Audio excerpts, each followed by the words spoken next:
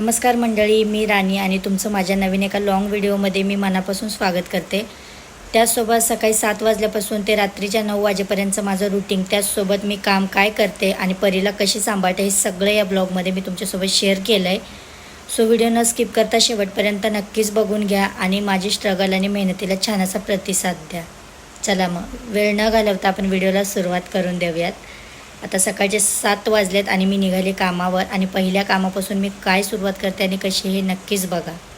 सर्वात आधी तर मी स्वयंपाकाची कामं करते. इथे बाजूच्याच बिल्डिंगमध्ये ना मी दोन्ही टायमाला 4 घरी जेवण बनवते. सो पहिल्या कामावरती आले, इथे हे डॉक्टर आहेत त्यामुळे त्यांचा नाश्ता काहीसा असा असतो.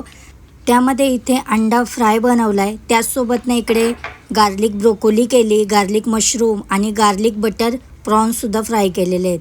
त्यावरती इथे काळी मिर्च टाकून हा त्यांचा ब्रेकफास्ट असतो. त्याचसोबत ना सकाळी परीचे पप्पा आणि मी दोघं एकाच टायमाला जातो, त्यामुळे आम्हाला परीला घरात लॉक ठेवून यायला लागतं. ती झोपलेली असते त्यावर आम्ही दोघंही कामं करून पटपट घरी निघून जातो.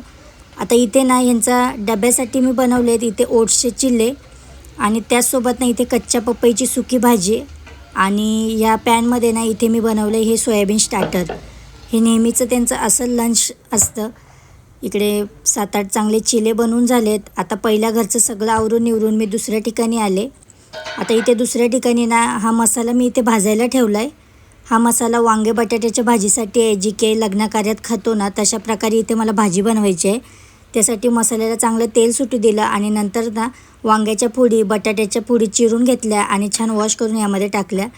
त्याचसोबत इकडे मी चपात्या बनवायला घेतल्यात आणि इकडे क्वांटिटी असते एक 7-8 चपात्या आणि ज्वारीची 1-2 भाकरीसुद्धा इथे मला करावी लागते.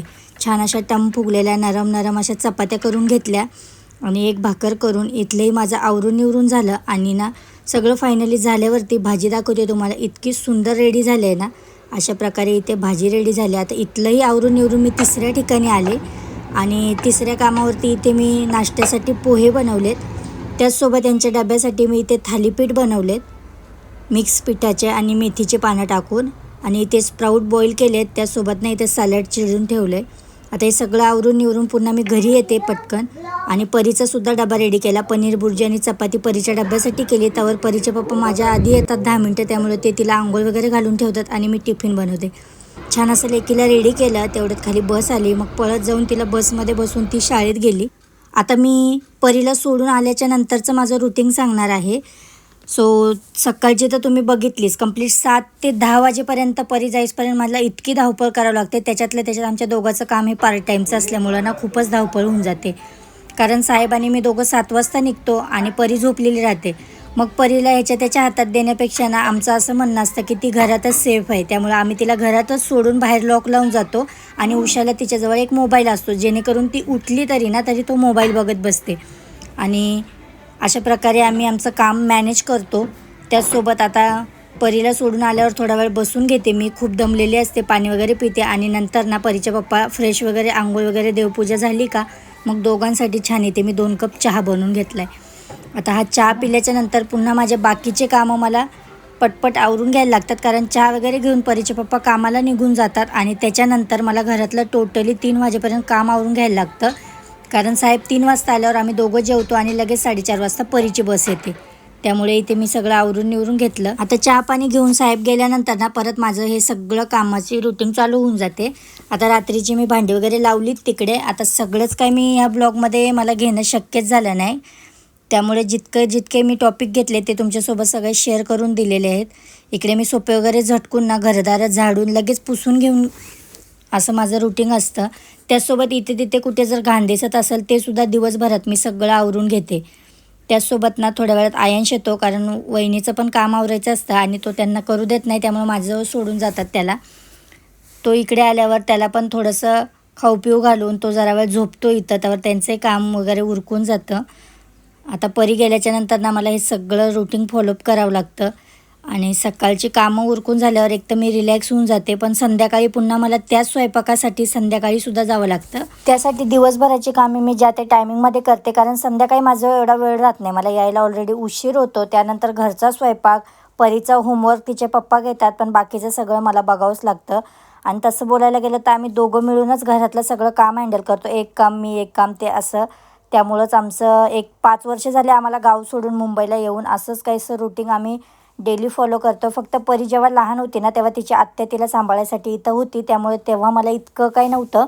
पण त्यानंतर त्यांचं 1-2 वर्षांनी लग्न झाल्यावर त्याही निघून गेल्या. त्यानंतर मग हे सगळं माझ्यावरती आलं. मग आम्ही दोघं मिळून असं काहीसं हे मॅनेज करतो. आता झाडून पुसून घर वगैरे आवरले, लगेच मग धुणंही धुवून घेतलं. आता बाहेर पाऊस चालू आहे त्यामुळं धुणं पूर्ण नितरवून घेते घरात आणि त्यानंतर वाळत लावायला जाते. त्याच बिल्डिंगमधला असा प्रॉब्लेम आहे आमचा, इथे थोडं रेंट एकदम आपल्याला परवडेल असं आहे. त्यामुळे ना इथे 24 तास पाण्याची सुविधा नाही आहे. फक्त सकाळी 6 वाजता पाणी येतं, तेही फक्त अर्धा तासासाठी येतं. त्यामध्ये तुम्हाला जेवढं स्टॉक करता येईल तेवढं करायचं आणि त्याच स्टॉक पाण्यामध्ये सगळी कामं उरकावी लागतात. त्यामुळे इथे आपल्याला कधीही काम केलं तरी चालतं, स्टॉक पाणी घेऊन आपल्याला बाकीचे कामं उरकायचे. कपडे धुतले, त्याच सोबत ना बाथरूमसुद्धा आधी वॉश वगैरे करून घेतले. आता हे सगळ्या कामाला 3 वाजले मला आणि थोडा वेळ बसल्यानंतर परीचे पप्पा आले. दुपारचं असं काहीसं ताट होतं आमचं, ज्यामध्ये होती आपली फ्लावरची भाजी, चपाती आणि रात्रीची थोडीशी डाळ खिचडीसुद्धा होती इथे. त्यानंतर जेवण खाऊन थोडासा आराम करते एखाद तासभर. त्यानंतर परी यायचा टाईम होतो, त्याच्या अर्धा तास अगोदर उठून तिच्यासाठी इथे जेवणसुद्धा बनवून घेतलं आहे. त्यामध्ये ना थोडीशी दुपारची भाजी होती, त्यामुळे भात लावून दिला आणि संध्याकाळचा ना आम्ही दोघांनी चहा घेतला. कारण पुन्हा परीचे पप्पा आता 4:30 वाजता निघून जातील आणि मला 5:30ला जावं लागतं. त्यामुळे परी आली आणि परीचे ना एक गोष्ट चांगली आहे, तिलासुद्धा मम्मी पप्पाची मेहनत कळते. त्यामुळे ना ती आले तिचा टिफिन बॉटल सगळं जागेवर ठेवते. त्यानंतर फ्रेश होऊन छान असं जेवण करायला बसते. आता हिला जेवण वगैरे चारून ना नंतर मम्मीकडे सोडून मी पुन्हा संध्याकाळच्या कामाला आले. आता इथे पहिल्याच कामावरती मी इथे मटर पनीर आणि ना स्टीम राईसचा पुलाव बनवला आहे. त्याचसोबत ना इथे 7-8 फुलकेसुद्धा बनवून घेतलेत गरम गरम छान सॉफ्ट असे. आता इथलं माझं सगळं आवरलं आहे. 5:30ला आल्यावर 6:30पर्यंत हे आवरून घेतलं. पुन्हा मी दुसऱ्या कामावर गेले. इथे मी डांगर म्हणजेच कद्दूची मटर टाकून कद्दूची भाजी बनवली आणि इथे ना बटाट्याचे पराठे करायचे होते. त्यासाठी हे असं मसाला बनवून घेतला आणि छान गरमागरम असे पराठे बनवून घेतले. छान तूप लावून हे पराठे बनवले सॉफ्ट असे. आता इथलंसुद्धा माझं सगळं आवरून झाले. इथे 7-8 पराठे केले आणि तिसऱ्या कामावरती इथे मी बनवले अंडा करी आणि त्याचसोबत ना 7-8 चपात्या केल्यात आणि एक ना ज्वारीची भाकर केली. आता फायनली माझं हे 4थं काम आहे. 4थ्या कामावरती हे डॉक्टर त्यांचं काम आहे. इथे मी 2 टाईम येते. सो इथे मी चिकन आणि काही हे भाज्या वगैरे व्हेजेस टाकून ना छान असं सलाद बनवलं आहे, चिकन सलाद बोलतात त्याला. आणि याच्यासोबत ना मी सोयाबीनचा पुलावसुद्धा बनवला आहे, जो की छान असा बासमती राईसचा बनवला आहे. मस्त असा गरमागरम पुलाव आणि छान असं सलाद बनवले चिकनचं. त्यानंतर मग मी घरी यायला मला 8:30 वाजतात आणि आले परीला भूक लागल्यामुळे पटकन असं स्वयंपाक करून जेवायला घेतलं. त्यामध्ये कुरडईचा भुगा आणि चपाती असं काहीसं रात्रीचा मेनू होता. फायनली माझं सकाळी 7 ते संध्याकाळी 9 वाजेपर्यंतचं रुटीन तुम्हाला मी या व्हिडिओद्वारे सांगितलं आहे.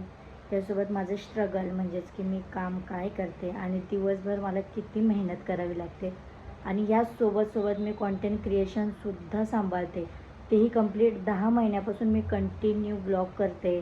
कोणताही रिस्पॉन्स नसतानासुद्धा ब्लॉग करते, कारण मला पुढं काहीतरी करायची खूप मोठी इच्छा असल्यामुळे. चला, तर तुम्हाला हा ब्लॉग नक्कीच आवडला असेल, माझा हा लाँग व्हिडिओ.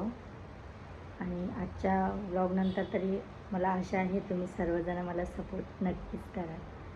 चला, भेटूया अशाच एका नवीन ब्लॉगमध्ये. तोपर्यंत बाय आणि गुड नाईट.